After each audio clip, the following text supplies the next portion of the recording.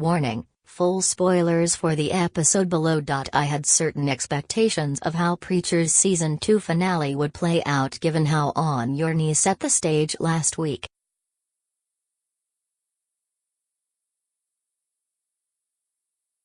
I'm pleased to report that the end of the road largely subverted those expectations.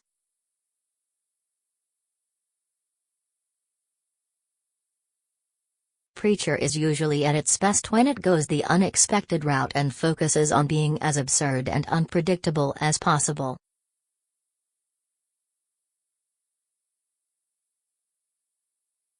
End of the Line tapped into that appeal while also delivering a finale with the emotional resonance the Season 1 finale lacked.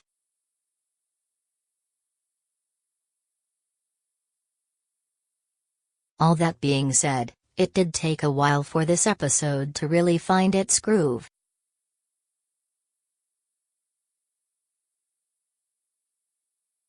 I mostly blame the cold opening. As neat as it is to catch a closer glimpse of Jesse's teenage years and his old nemeses, T.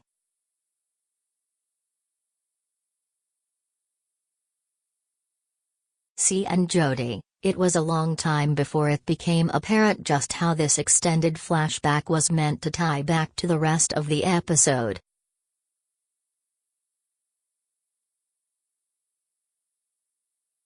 Not until the very final scene, in fact.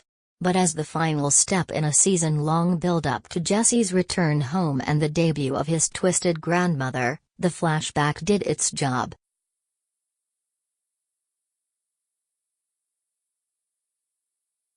I'm very much looking forward to seeing these characters make their full debut in Season 3.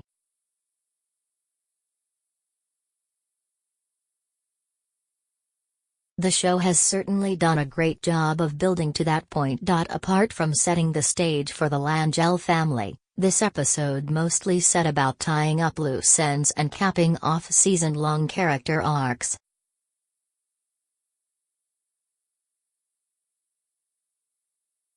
The Hell storyline finally, mercifully came to an end as Eugene and Hitler made their desperate escape down the River Styx.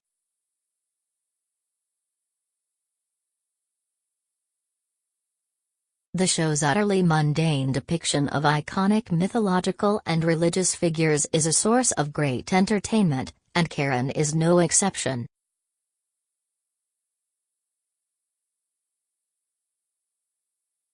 Part of me is a little disappointed in how this subplot wrapped.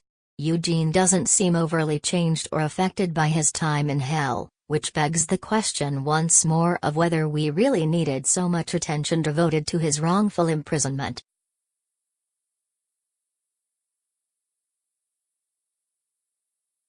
Time will tell there, as it all hinges on the inevitable reunion between Eugene and Jesse.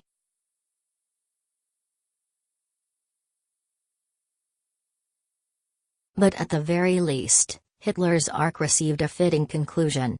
There's such a strange cognitive dissonance in seeing a person as detestable as Adolf Hitler being granted a warm and fuzzy, redemptive moment.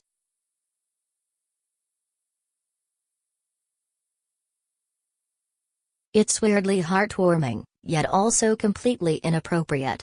Had the writers simply stopped there, that might have been a weird way to end things.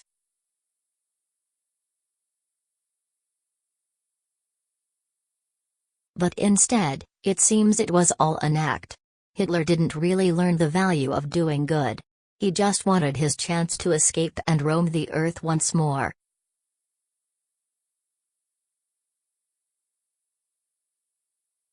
Perhaps more than anything next season, I'm eager to see how the series handles the concept of a living, breathing Hitler run amok in 21st century America.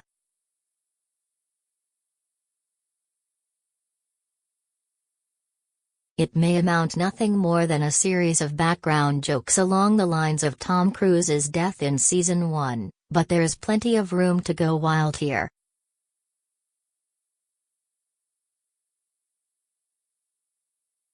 This was a key episode for Cassidy, as well.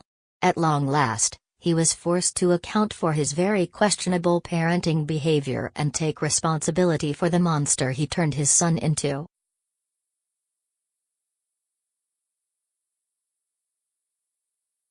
Admittedly, Cassidy's decision to kill Dennis felt very sudden. I would have liked to see a little more build-up to that point. But regardless, it made for a very powerful, depressing moment, and one that will surely haunt Cassidy for some time to come.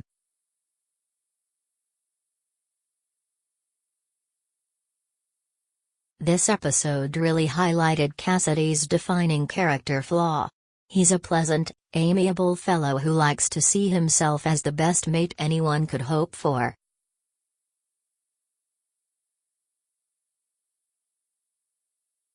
But at his core, Cassidy is a damaged, failure-prone man who invariably ruins the lives of anyone who hangs around him for too long.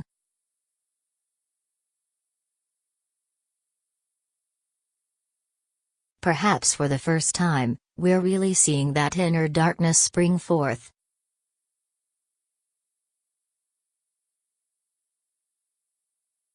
What surprised me most about the end of the road was the very open-ended way it left the relationship between Jesse and the Grail.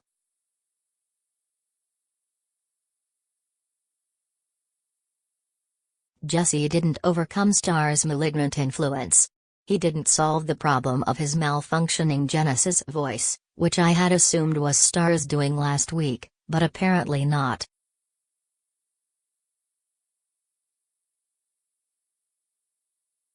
Jesse, Tulip and Cassidy didn't even patch up their relationship by the end. Each of our three heroes ended this season far worse than they started it. Cassidy is grappling with murdering of his own son.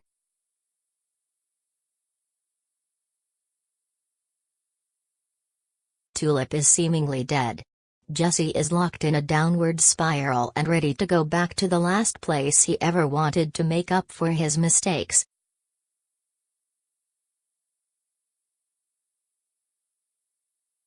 It's a very dark and even unpleasant way to end the season.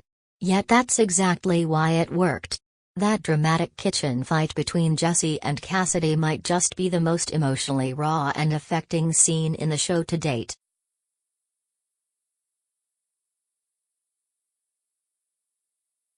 It built on the quirky but genuine friendship these two have built up over the past 2 seasons, while drawing attention to how far and how quickly the two have fallen since arriving in New Orleans.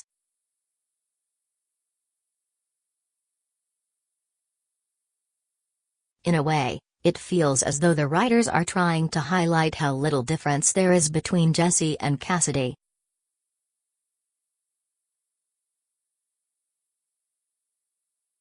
Jesse has his own bad habit of ruining the lives of those he intrudes upon, however noble his intentions.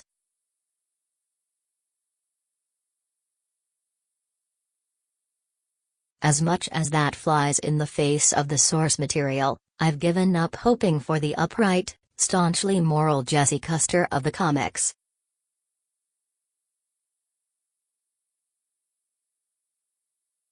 That's clearly not the direction the writers are interested in pursuing here. Given the choice between the Season 1 finale, which abruptly killed off the majority of the show's cast in order to give Jesse and friends a clean slate, and this messy, unpleasant resolution, I'll take the latter.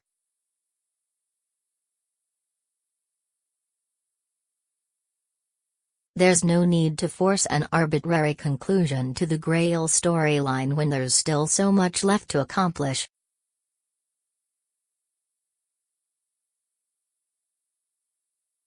There's no reason Marie Langell and Harry Starr can't share top billing in Season 3.